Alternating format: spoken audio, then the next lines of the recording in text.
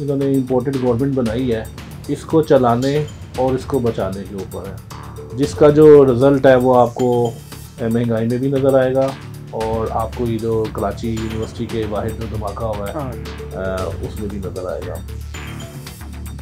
Dinghy मार दिया या वो पानी के अंदर खड़े होकर पहुँचे ऊपर कर लिए, जब 27 किलोमीटर की रोड बना दी, कंप्यूटर्स जो हैं वो लैपटॉप जो हैं वो दे दिए। मुल्क इन चीज़ों से नहीं चलता। मुल्क के अंदर सबसे जो इम्पोर्टेंट चीज़ होती है ना वो आपकी फॉरेन पॉलिसी है। अस्सलाम वालेकुम दोस्तों, मैं हूं मुख्तार अली। मुल्क में नई हुकूमत बनने को 2 हफ्ते हो रहे हैं और मुल्क में हालात बेहतर होने की बजाय ख़राब होते जा रहे हैं। एक तरफ तो वज़ीर आज़म हाउस में अयाशियों का दौरा है और वो भी अवाम के टैक्सों पर। दूसरी तरफ मईशत की हालत बहुत ही ख़राब होती जा रही है। डीजल का शॉर्टफॉल है, बिजली की कीमत बढ़ाई जा चुकी है, लेकिन इसके बावजूद पूरे मुल्क में लोड शेडिंग जारी है। IMF की डील के बाद यकीनन महंगाई का तूफान और बढ़ेगा। हालात किस तरफ जा रहे हैं ये जानने के लिए हमारे साथ मौजूद हैं हमारे editor in chief Kashif Shahzad साहब, जो कि बिजनेस कम्युनिटी के साथ भी ताल्लुक़ रखते हैं। उनसे आज जानेंगे कि ये क्या हो रहा है और आगे क्या होने वाला है। और हमारे साथ दूसरे गेस्ट हैं जनाब शेख कासिम साहब। आप सब इनके चेहरे से वाकिफ़ हैं, इनके सेंस ऑफ ह्यूमर को भी जानते हैं, लेकिन इसके साथ साथ ये हमारी इकॉनमी पॉलिटिक्स पे भी एक गहरी नज़र रखते हैं। तो इनसे इस बारे में भी इनके व्यूज़ जानेंगे।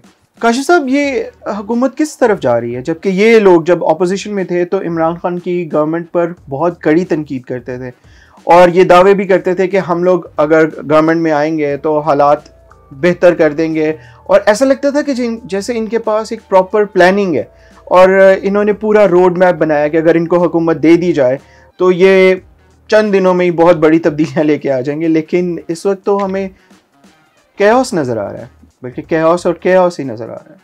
बिस्मिल्लाहिर्रहमानिर्रहीम। देखिए जी, एक इलेक्टेड गवर्नमेंट थी और वो माशियत के ऊपर भी अच्छा काम कर रही थी, फॉरेन पॉलिसी के ऊपर भी अच्छा काम कर रही थी। आप एक अच्छी चलती हुकूमत को साजिश के ज़रिए या मुदाखलत के ज़रिए हटाएंगे तो आप क्या एक्सपेक्ट कर रहे हैं, उसका क्या रिज़ल्ट निकलेगा? उसका ऐसा ही रिज़ल्ट निकलेगा जो इस वक्त मुल्क के ख़िलाफ़ चल रहे हैं कि कोई चीज़ काबू में नहीं है, महंगाई काबू में नहीं है, आपकी फॉरेन पॉलिसी भी आपके काबू में नहीं है, लॉ एंड ऑर्डर का जो मसला है वो भी काबू में नहीं है, और हुकूमत की जो कह लेना कि जो सारा ध्यान है ना वो इन्होंने इम्पोर्टेड गवर्नमेंट बनाई है, इसको चलाने और इसको बचाने के ऊपर है, जिसका जो रिज़ल्ट है वो आपको महंगाई में भी नज़र आएगा और आपको ये जो कराची यूनिवर्सिटी के बाहर जो धमाका हुआ है उसमें भी नज़र आएगा। बिल्कुल। आज जैसे उसमें 5 लोग जाँ बहक हो चुके, जिनमें 3 चीनी बाशिंदे थे। तो मुझे इस हवाले से पूछना था कि इससे पाकिस्तान और चाइना के जो ख़राब हो रहे हैं ताल्लुकात, उस पर और ज़्यादा मायूसी फैलेगी। देखिए, मैं आपको पिछले साल लेके जाऊंगा। वैसे तो दर्जन भर चाइनीज़ के ऊपर जो हमले हैं वो हो चुके हुए हैं। पिछले साल वो एक डैम पे जो है दासू डैम के ऊपर जुलाई में इसी तरह का एक खुदकश हमला हुआ था होंडा सिटी कार से।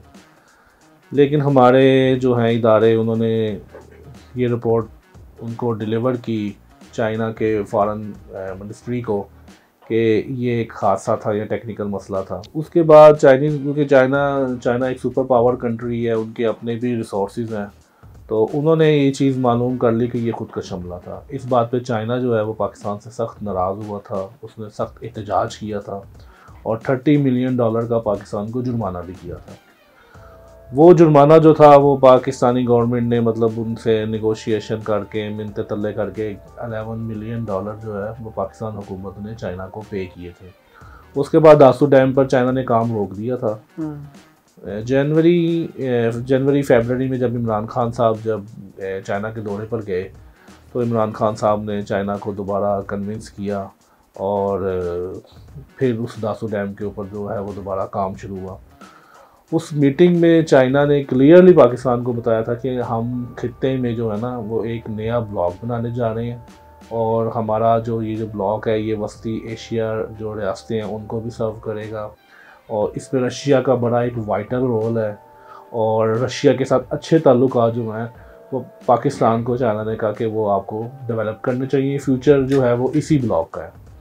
तो पाकिस्तानी वज़ीर-ए-आज़म इमरान खान साहब ने इसी हिकमत अमली को अपना के रशिया का दौरा भी किया, इस ब्लॉक को मतलब मज़ीद स्ट्रेंथन करने के लिए और इस प्रोजेक्ट को भी करने के लिए।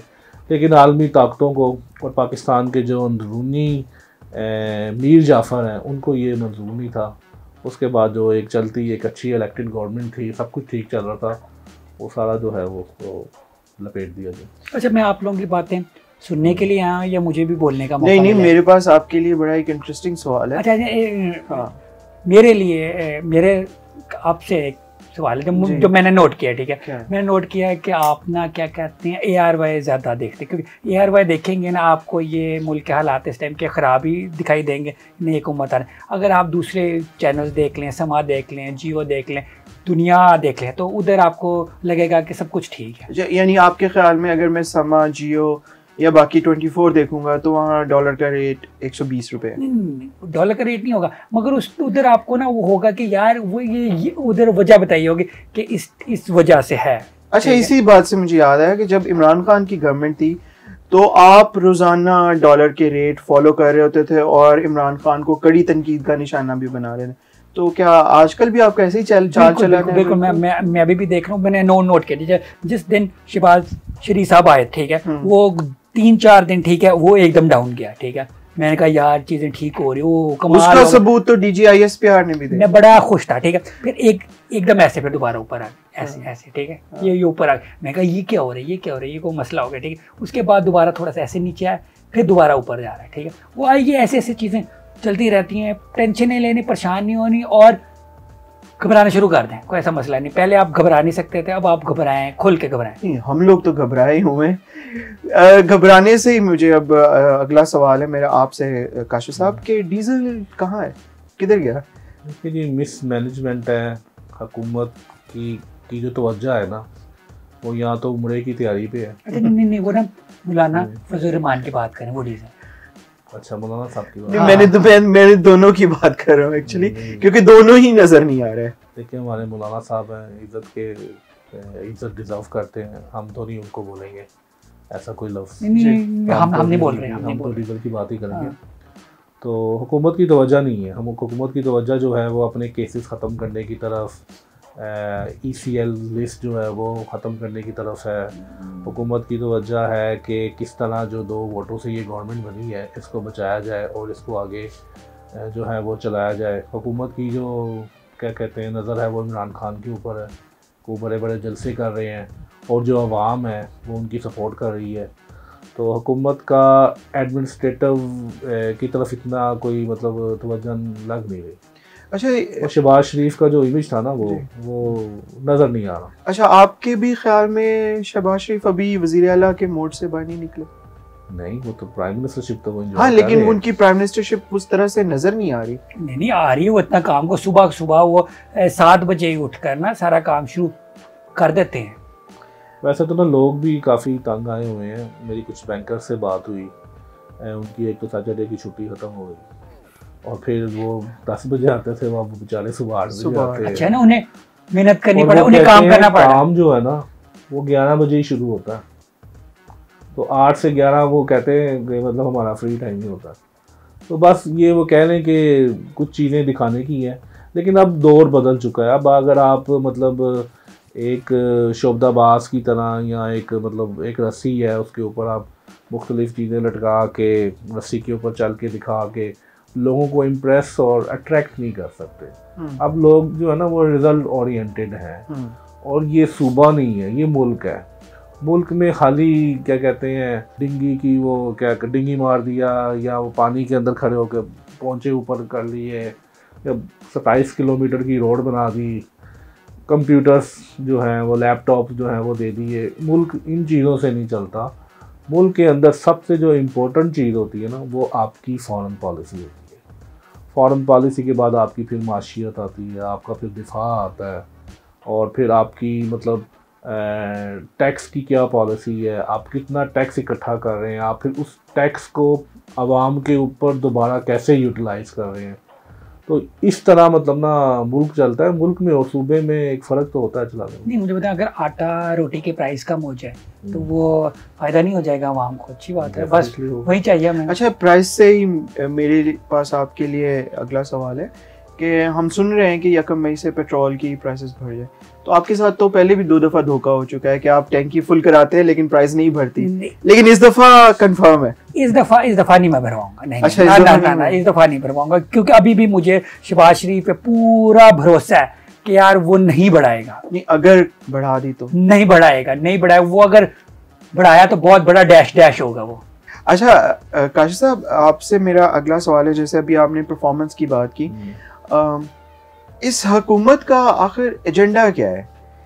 जैसे आपने कहा कि एक मुल्क चलाने के लिए आपको बहुत सारे फैसले करने पड़ते हैं, पॉलिसीज़ बनानी पड़ती हैं और आपको दूरअंदेश भी होना पड़ता है। चाहे आप जितने भी अरसे के लिए आए, आपके पास एक बेसिक प्लान होता है। जैसे हालात हम इंटरनेशनल मार्केट में भी देख रहे हैं और लोकल भी देख रहे हैं कि फूड शॉर्टेज के बारे में बहुत ज़्यादा बात की जा रही है, क्योंकि रशिया और यूक्रेन की जंग के बाद, और पाकिस्तान में भी ऐसे हालात हो रहे हैं। तो आपको नज़र आ रहा है कि इस बारे में ये कुछ करें, क्योंकि महंगाई पहले ही बहुत ज़्यादा है, और अगर खुदा न खास्ता फूड शॉर्टेज के मामला सामने आया तो हम तो बहुत बुरी तरह फंस जाएंगे। अच्छा, इसी सवाल में मैं एक चीज़ ऐड करना चाहता हूँ। जब ये हुकूमत इनकी नहीं आई थी, ठीक है, इनका एजेंडा मेन टॉपिक ये था कि यार महंगाई कम करो, ठीक है। इमरान खान ने इतनी महंगाई की, हम महंगाई ख़त्म करने आए हैं, आवाम को रिलीफ देने आए हैं, मगर वो आकर महंगाई कम होती दिखाई क्यों तो नहीं दी? मैं तो शुरू से ही इमरान खान के दौर में भी कहता रहा हूँ, महंगाई थी नहीं, महंगाई थी मीडिया क्रिएटेड। मीडिया ने एक महंगाई का शोर मचाया हुआ था, जिसकी वजह से लोग टेलीविज़न पे देखते थे महंगाई को, आपस में भी डिस्कस करते थे और महंगाई को महसूस भी करते थे, जैसे सर्दी को महसूस किया जाता है, गर्मी को महसूस किया जाता है। अब मीडिया में महंगाई का कोई जिक्र ही नहीं है। अब वो बताते ही नहीं है कि डॉलर ऊपर जा रहा है, तेल की कीमत बढ़ रही है, अशियाए खुर्द-ओ-नोश की जो है वो कीमतें बढ़ रही हैं। तो अब मैं देखता हूँ कि पब्लिक गैदरिंग में भी कोई नहीं कहता कि महंगाई है। तो मैं तो बड़ा प्राउड फील करता हूँ कि मैंने जो चीज़ कही थी वो मतलब सच साबित हो रही है। इमरान खान ने कौमी ख़जाना में रिज़र्व भी अच्छे छोड़े हैं, उन्होंने एडमिनिस्ट्रेशन अच्छी की है, इकॉनमी इनको अच्छे हालत में मतलब मिली है। उनसे जो काम करवाना था वो करवा लिया गया है और इनको एक अच्छा मुल्क मिला है। तो अगर इनके अंदर मुहब्बे वतनी है, एडमिनिस्ट्रेटिव स्किल्स है, तो अगर ये चाहे तो ये मुल्क को अच्छा चला सकते हैं। इनके लिए स्टैंडर्ड भी सेट है, माशियत के भी स्टैंडर्ड गोल्स जो हैं वो सेट हैं, फॉरेन पॉलिसी भी सेट है, लेकिन ये जो कर रहे हैं वो समझ से बाहर है। अभी एक्सप्रेस ट्रिब्यून की रिपोर्ट है कल की, मैं इसी आपसे पूछना है इसी बारे में। इन्होंने वो जो है सीपैक की जो बनी थी अथॉरिटी, वो कभी उन्होंने वो ख़त्म मतलब कर दिया। हाँ जी। अच्छा, इसके क्या रिपरकशंस होंगे आगे चल के अगर ये अथॉरिटी ख़त्म कर दी गई है और आज जिस तरह ब्लास्ट हुआ है, और फिर अगर हालात, क्योंकि अमेरिका और इंडिया खुलेआम कह चुके हैं कि हम इसको हर तरह से रोकने की कोशिश करेंगे, तो आपको क्या नज़र आ रहा है, ये सीपैक का क्या फ्यूचर है? देखिए, सीपैक तो बननेगा ही बनेगा और उसका रोड गुजरता है पाकिस्तान से। वो चाइना की ज़रूरत है, चाइना का मास्टर प्लान है और चाइना ने उसके ऊपर अमल करना ही करना है। लेकिन कह लें कि उसमें हमें जो सम्राट मिलने थे, हम शायद उससे महरूम हो जाएं। हमारे जो चाइना के साथ जो अच्छे ताल्लुकात थे वो मुतासिर हो जाएं। एक नया ब्लॉक, एक नया सुपर ब्लॉक जो बनने जा रहा है, उसमें हमारी जो शमूलियत है वो सिर्फ एज आ तमाशाई बन जाए, हम बेनिफिट नहीं है, हम बेनिफिट मतलब जो है वो हम उससे ना लेके जा सके। और फरवरी में बड़ी मतलब ओपनली चाइना ने जो पाकिस्तान को फ़ायदे थे वो बड़े क्लियरली इमरान खान को कन्वे किए थे कि इससे पाकिस्तान की माशियत को और पाकिस्तान की टूरिज़म इंडस्ट्री को और पाकिस्तान के तवानाई के शोबों में ये सारी चीज़ें जो होगी, और चाइना काम भी कर रहा था। देखिए, चाइना और अमेरिका में ये फ़र्क है, अमेरिका आपको इमदाद देता है, ठीक है, और वो जो इमदाद, अगर आपने नबीज़ा मोमो की वो बुक पढ़ी हो द डेड एड, जो एड आती है ना, ये आधी से ज़्यादा वापस चली जाती है और हमारे हुक्मरानों की जेब में चली जाती है। हाई लेवल की करप्शन होती है। इसका फ़ायदा गरीब को नहीं होता। ये जो एड है ना, ये टेम्परेरी तौर पे जो पॉवर्टी की सिम्टम्स है ना, इसको कम करती है, पॉवर्टी को नहीं ख़त्म करती। हम क्या करते हैं, हमारा ये फैशन बन चुका है कि हम अमेरिका की तकलीद करते हैं। हम फॉरेन मिनिस्टर भी जो लेके आते हैं वो इम्पोर्टेड होता है, उसका ताल्लुक वर्ल्ड बैंक से होता है, उसका ताल्लुक IMF से होता है। तो और क्योंकि हमने IMF के मुताबिक मुल्क को चलाना है। हमें एक ज़रूरत है फॉरेन मिनिस्टर की जिसका ताल्लुक डेवलपमेंट इकनॉमिक्स के साथ हो, क्योंकि हम डेवलपिंग कंट्री हैं। हमें मतलब जिस बंदे का एक्सपीरियंस है, एक्सपोजर है डेवलपमेंट इकनॉमिक्स में, हमें ऐसा फॉरेन मिनिस्टर चाहिए। लेकिन क्योंकि हमने IMF के साथ चलना है, हमारी चॉइस ही यही है, और bagger can not be chooser, तो हम फिर वो मतलब उस हिसाब से चलते हैं। अब ये शिफ्ट आ रहा था कि हम चाइना के ब्लॉक में जा रहे थे, हम जो गुलामी से निकल रहे थे, हम कर्ज़े की दलदल से बाहर निकल रहे थे, पाकिस्तान के हालात अच्छे हो रहे थे। लेकिन अनफॉर्चुनेटली इन फैसलों से दोबारा वो पंजाबी के विच कहते ना, जितों दी खोती होते ही आंख लोती, वो हिसाब हो। ये आपने बड़ी इंटरेस्टिंग बात की है कि जो मियाँ शहबाज शरीफ जो हमारे प्राइम मिनिस्टर हैं, उन्होंने जो फेमस लाइन यूज की थी, beggars can not be choosers, तो इसी से जुड़ा हुआ मेरा तो आपसे। आप क्यों मियाँ क्यों कह रहे हैं? नहीं, मैं बेगर से आपका एकदम ख्याल आया मुझे। आप तो बेगर नहीं है माशाल्लाह से, आप तो काफी अमीर हैं, रईस हैं, तो आप भी महंगाई से इफेक्ट हो रहे? नहीं, मुझे तो वैसे जो मेन सच बात बताऊँ, मुझे तो बस अपने ना ऑफिस से घर तक के रोड बस ठीक चाहिए। बस मुझे अच्छी तरीके से रोड मिल जाए ताकि मैं आ जा मैं ना आराम से सकूं। तो वो और हाँ, और क्या कहते हैं, खाना पीना जो है वो ठीक प्राइस मिल जाए, रोटी सस्ती हो जाए, बस बाकी सुकून है। आपको कोई फर्क नहीं पड़ता? पड़ेगा। वो इतनी मुश्किल बातें करते हैं, ये मुश्किल इंसान है, मैं सीधा इंसान हूँ, मैं सिंपल चीज़ें ज़्यादा पसंद करता हूँ। सर देखिए, नहीं पता कब पता चलेगा जी। डॉलर देखें 190 से ऊपर जा रहा है, ब्लैक में मिल रहा है 200 के करीब। 300 जब हुआ था ना डॉलर, मतलब श्रीलंका के लिहाज से श्रीलंका दिवालिया हो गया था, तो हम बहुत करीब जाते जा रहे हैं उस लेवल के। हमारे फॉरेन जो रिज़र्व हैं वो भी कम हो रहे हैं। ओवरसीज़ पाकिस्तानियों ने भी वो रोशन डिजिटल अकाउंट से पैसा जो है वो काफ़ी हद तक निकाल ली है, और आगे विलिंग नहीं है वो मज़ीद पैसा भेजने में। कंपनीज इंटरेस्टेड नहीं है इन्वेस्टमेंट करने के लिए। देखिए, बिजनेसमैन जो होता है ना, उसकी वो कोई जब किसी मुल्क में इन्वेस्ट करता है ना, उसकी सबसे पहली प्रायोरिटी होती है जो उसका अपना सरमाया है ना, वो महफूज हो। जब उसका सरमाया ही महफूज नहीं है तो वो क्यों इन्वेस्ट करेगा आपकी कंट्री में? बिल्कुल आप सही कह रहे हैं। आज एक्सप्रेस के अंदर ये खबर थी कि मार्च से लेकर अप्रैल तक जो सरमायाकारी हुई है पाकिस्तान में स्टॉक में, वो सिफर है। तो आपका भी ताल्लुक एक बिजनेस कम्युनिटी से भी है, तो कितनी परेशानी है हमारी बिजनेस कम्युनिटी में? आपका ज़ाहिर मिलना जुलना है और आप लोग बात भी करते हैं, मौजूदा हालात के ऊपर डिस्कशन भी होती है, तो कितनी परेशानी देखिए? बिजनेस कम्युनिटी जो है ना, वो दो हिस्सों में डिवाइड है। एक बिजनेस कम्युनिटी वो है जो कि इन पार्टीज़ को सपोर्ट करती है इलेक्शन में, इनके ऊपर इन्वेस्ट करती हैं, फिर जो पॉलिसियाँ बनती हैं वो इनके लिए बनती हैं, और फिर ये जो है उन पॉलिसियों से पैसा जो है वो कमाते हैं। एक होती है आपकी ना ऑर्गेनिक बिजनेस कम्युनिटी, जिसने मार्केट के जो जितने रूल्स हैं ना, डिमांड है, सप्लाई है, वो सारे रूल्स को फॉलो करके जो प्राइस मैकेनिज्म, उन सब चीज़ों में उन्होंने चलना होता है। वो बिजनेस कम्युनिटी जो है वो अनसर्टेन है, क्योंकि आपके हालात ही अनसर्टेन है। They are not going to invest in your country. मेरा ख्याल है वो इन्वेस्टमेंट इसलिए भी नहीं आ रही ताकि इसलिए कि अगर आप ठीक है किसी एक पार्टी पे इल्ज़ाम लगा दो कि वो चोर है, तो वो वही समझेंगे ना ये वाकई चोर है। तो जब तक प्रूव नहीं होता कि वो चोर है तो उन्हें चोर तो नहीं कहना चाहिए। तो प्रूफ तो हो चुका है ना।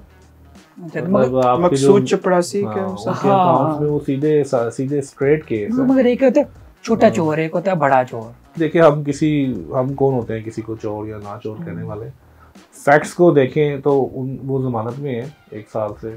40 बिलियन का उनके ऊपर, 40 अरब रुपए का उनके बेटे के ऊपर केस है। उनके नौकरों के अकाउंट से पैसे निकले हैं, उनके ऊपर फर्दर जुर्म लगनी थी। ये इस साजिश से पहले वो बीमार थे, कमर में दर्द था, कभी उनको कोरोना हो जाता था, कोर्ट में वो पेश ही नहीं होते थे।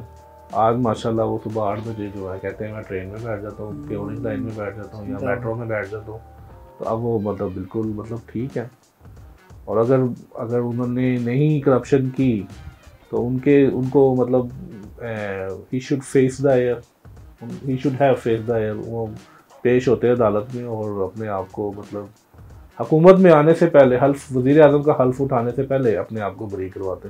ये ऐसे ही है, अभी ECL से नाम निकाले हैं।